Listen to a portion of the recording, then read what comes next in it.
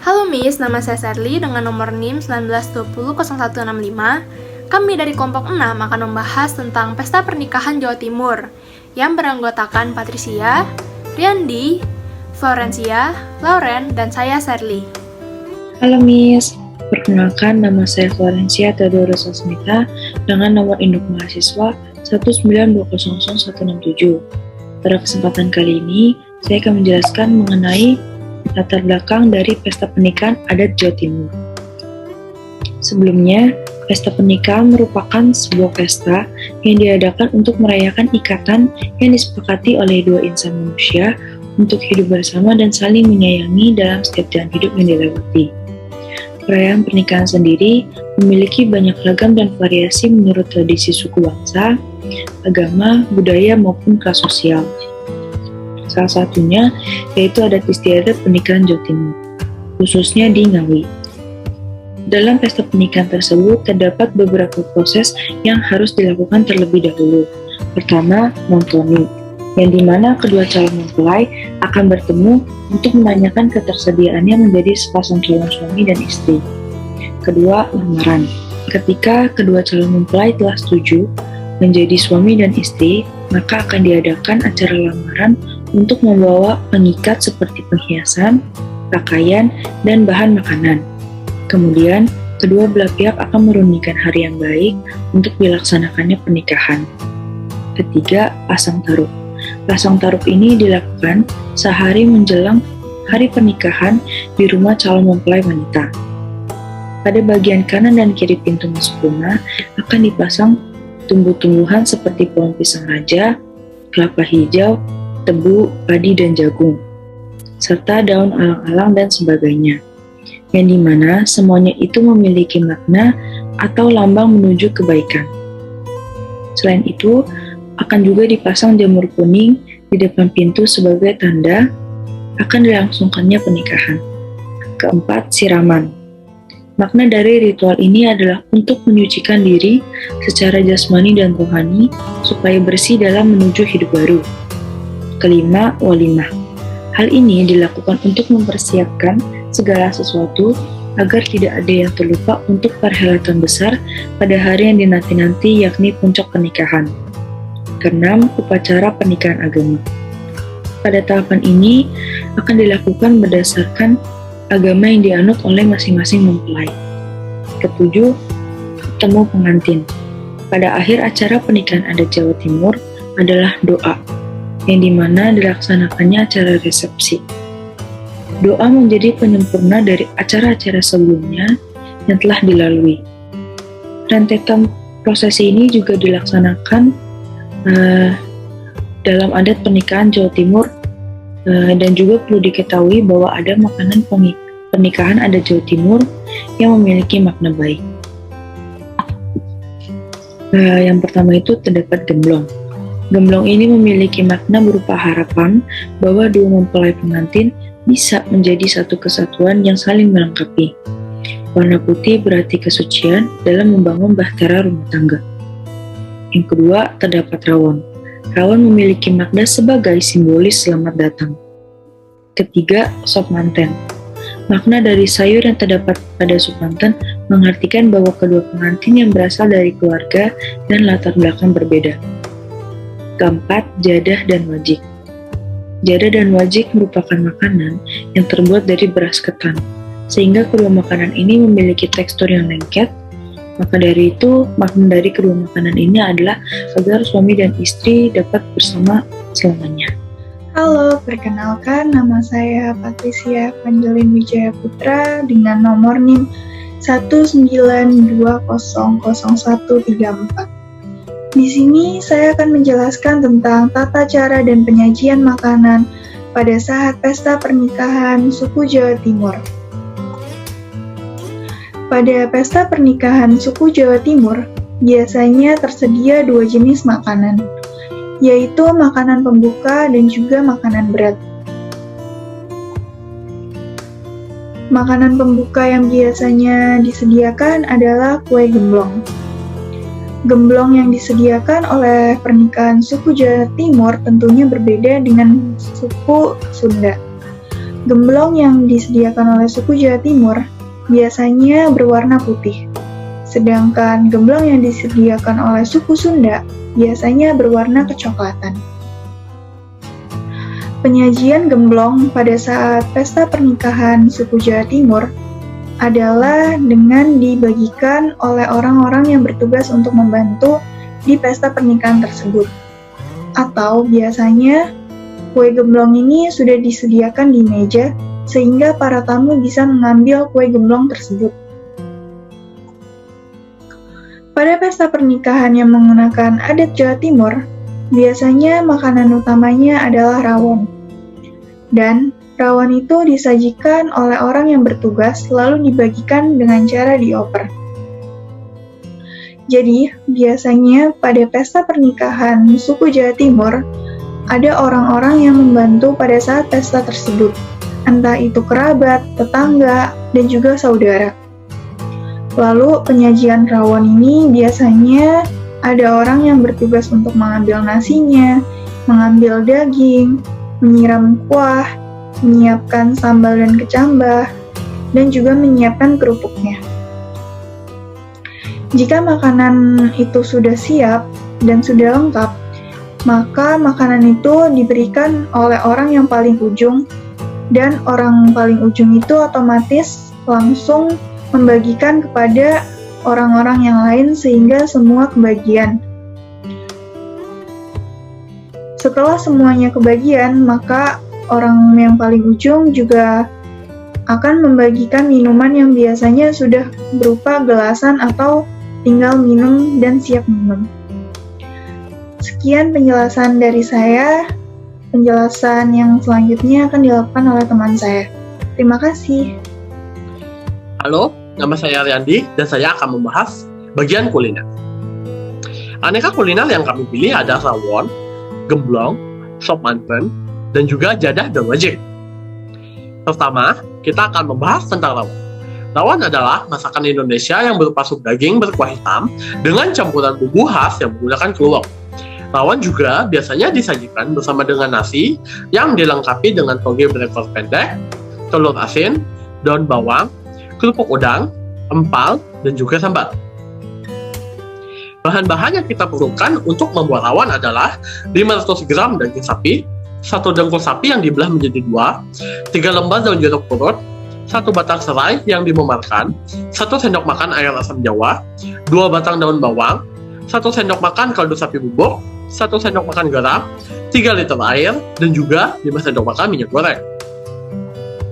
Untuk bumbu halus, kita menyiapkan 4 siung bawang putih, 8 butir bawang merah, 5 buah keluak yang digeprek, dan rendam isinya dengan air panas, 4 butir kemiri yang disangrai, dan juga 1 cm kunyit yang dibakar.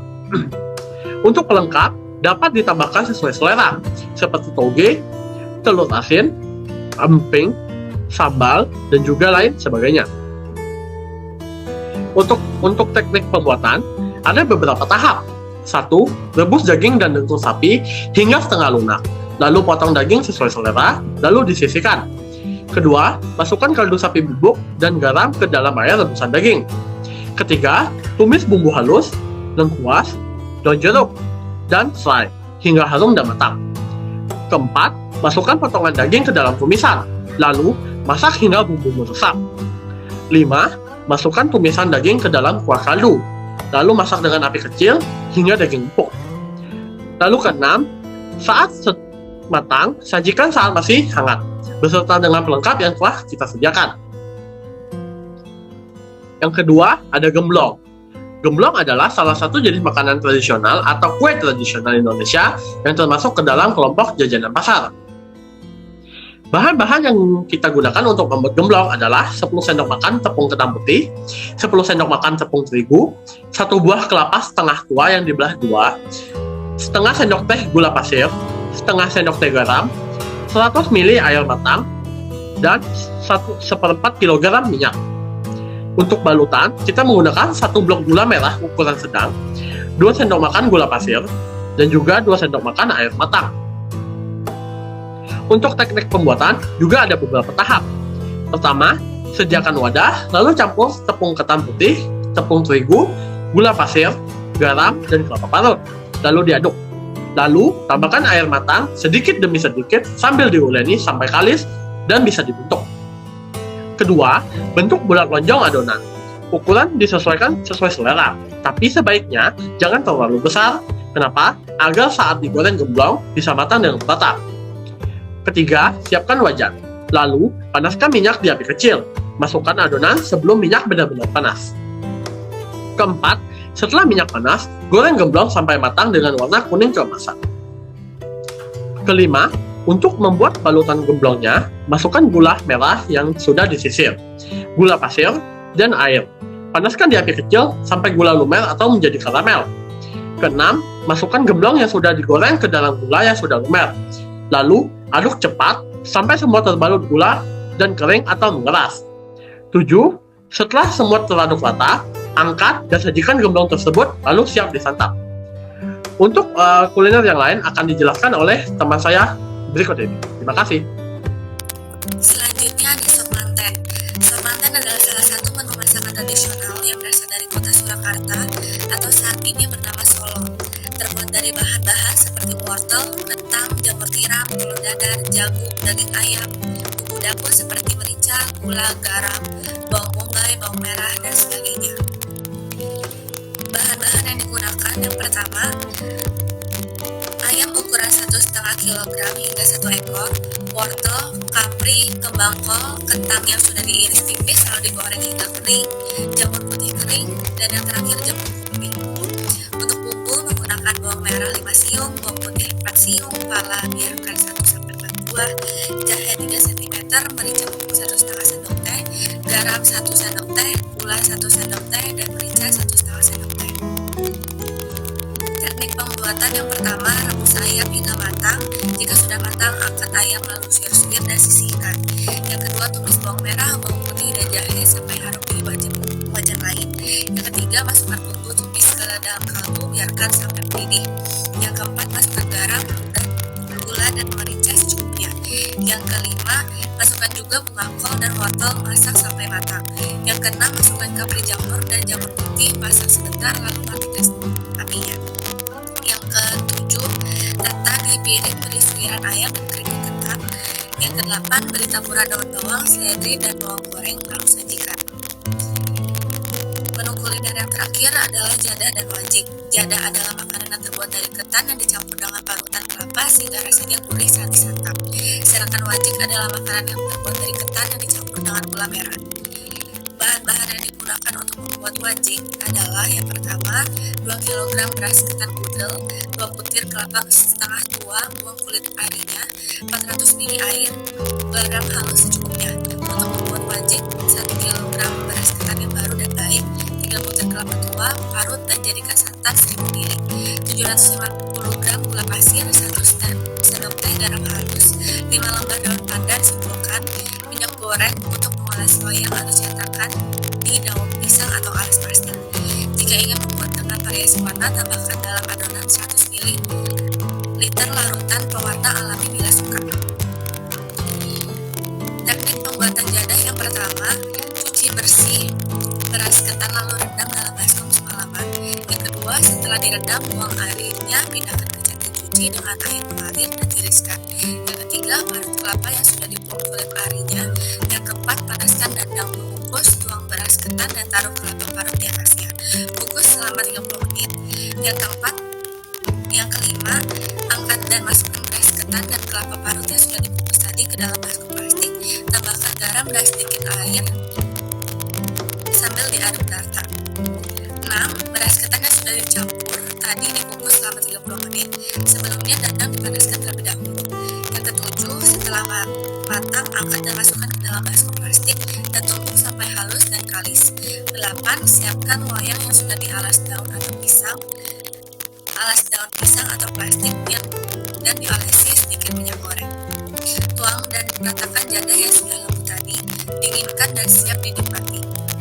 Teknik pembuatan wajik yang pertama, cuci bersih beras ketan dan rendam selama 2 jam lalu tiriskan. Yang kedua, kukus beras ketan di dandang selama lebih kurang 40 menit setengah matang. Angkat dan dinginkan.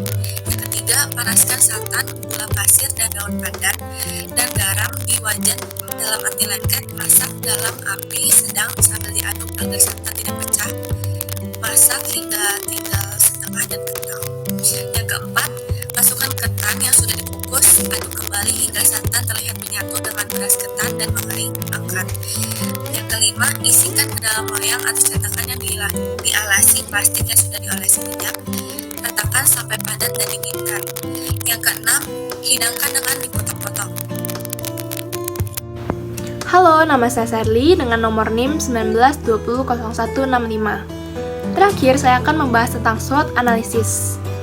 SWOT analisis ini terbagi menjadi 4 bagian, yaitu yang pertama ada strength atau kekuatan, kedua weakness atau kelemahan, ketiga opportunity atau peluang, dan yang terakhir ada threat atau ancaman. Pertama-tama, saya akan membahas tentang strength. Strength ini terbagi menjadi 3, yaitu pertama, memiliki berbagai variasi makanan, sehingga bagi kalian yang suka sayur dapat mencoba makanan seperti sop manten. Bagi kalian yang suka daging, kalian dapat mencoba makanan seperti rawon, dan ada juga cemilan seperti gemblong, jadah, dan wajik. Selanjutnya yang kedua, bahan yang digunakan tersebut tidak sulit untuk didapatkan di pasar atau supermarket, dan penyajiannya juga cukup sederhana. Sehingga bagi kalian yang mau mencoba, dapat dengan mudah untuk membuat makanan-makanan tersebut. Ketiga, bahan yang digunakan bebas dari bahan pengawet, sehingga tidak akan menimbulkan hal yang buruk bagi para masyarakat. Selanjutnya ada weakness atau kelemahan. Yang pertama, tidak dapat disimpan dalam jangka waktu yang cukup lama, karena bahan-bahan yang digunakan tidak mengandung bahan pengawet. Kedua, makanan ringannya banyak terbuat dari bahan ketan, di mana jika ketan dikonsumsi terlalu banyak dapat menimbulkan efek samping seperti sakit perut, jumlah enzim pencernaan, dan asam lambung tidak stabil. Contoh dari makanan tersebut yaitu gemblong, miko babat, jadah, dan wajik. Selanjutnya ada peluang. Yang pertama, dengan adanya perkembangan internet, makanan tersebut dapat dengan mudah dipromosikan melalui media sosial seperti Instagram, YouTube, Facebook, sehingga dapat menarik perhatian masyarakat untuk menyicipinya. Kedua, jenis makanannya sudah lumayan dikenal oleh masyarakat luas, sehingga mudah untuk membuka usaha baru di daerah-daerah lainnya. Dan yang terakhir ada threat atau ancaman. Pertama, adanya persaingan dagang, sehingga beberapa jenis makanannya sudah dapat dengan mudah ditemui di daerah lain. Salah satunya yaitu gemblong. Kita dapat dengan mudah menemukan makanan tersebut di daerah puncak. Banyak sekali pedagang-pedagang yang menjual makanan tersebut. Kedua, banyak persaingan dengan makanan daerah lainnya, yang lebih menarik atau makanan-makanan modern. Apalagi di zaman yang sekarang ini, banyak makanan-makanan disukai para remaja seperti pizza, pasta, sushi, dan lain sebagainya, yang membuat makanan khas daerah itu semakin tertutupi. Sekian pembahasan dari kelompok kami tentang makanan khas Pesta Jawa Timur. Kami minta maaf jika ada kesalahan kata. Terima kasih.